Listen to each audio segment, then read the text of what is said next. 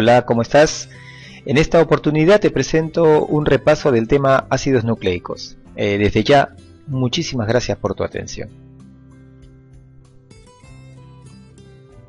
Los ácidos nucleicos son polímeros de gran importancia biológica, que se encuentran en todas las células. Contienen la información necesaria y específica para la síntesis de proteínas, en relación a qué aminoácidos la componen y en qué secuencia estos deben ubicarse. Por otro lado, son portadores de la información hereditaria. Los dos ácidos nucleicos que se relacionan con estas funciones son el ADN y el ARN.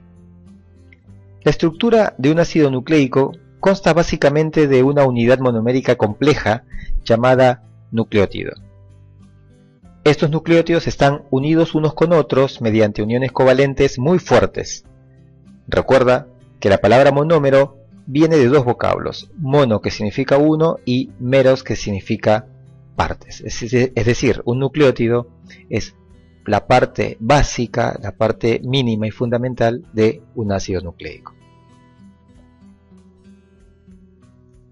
Los nucleótidos son monómeros complejos formados por tres partes: un grupo fosfato, que es la parte inorgánica de la molécula, un monosacárido de 5 carbonos, una aldopentosa, y un anillo heterocíclico de carbono y nitrógeno llamado base nitrogenada.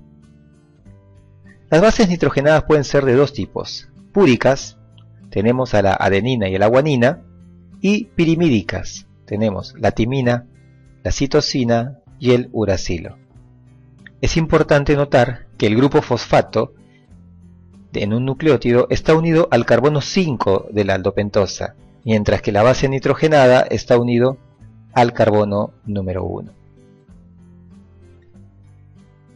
Por otro lado, la aldopentosa de un nucleótido puede ser de dos tipos. Estas se diferencian por la presencia o no del grupo alcohol en el carbono 2 del azúcar. Si presenta el grupo alcohol en el carbono 2, será una ribosa. Si no lo presenta, estaremos frente a una desoxirribosa. La ribosa es el azúcar del ARN, mientras que la desoxirribosa es el azúcar del ADN. El nucleótido que presenta ribosa es un ribonucleótido. El nucleótido que presenta desoxirribosa es un desoxirribonucleótido. Los nucleótidos se unen entre sí por medio de una reacción de condensación que implica la pérdida de una molécula de agua. La unión química se llama fosfodiéster y se lleva a cabo cuando el grupo fosfato de un nucleótido reacciona con el grupo alcohol del carbono 3 de la aldopentosa. En el ejemplo se muestran dos enlaces fosfodiéster.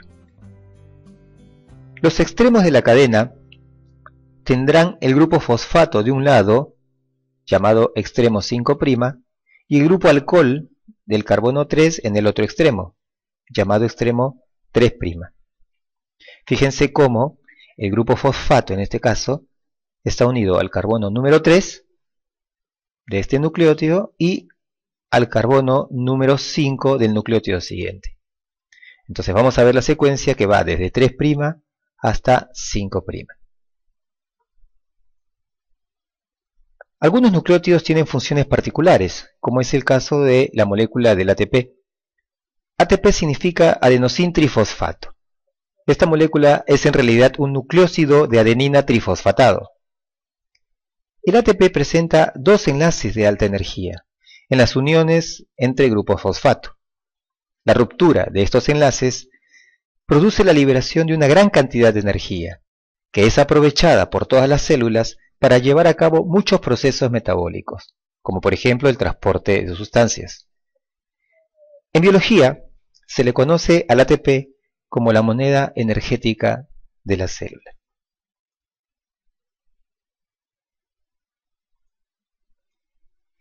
En presencia de una enzima, el ATP se hidroliza para formar una molécula de ADP, o sea, adenosín difosfato, un grupo fosfato inorgánico y la energía correspondiente.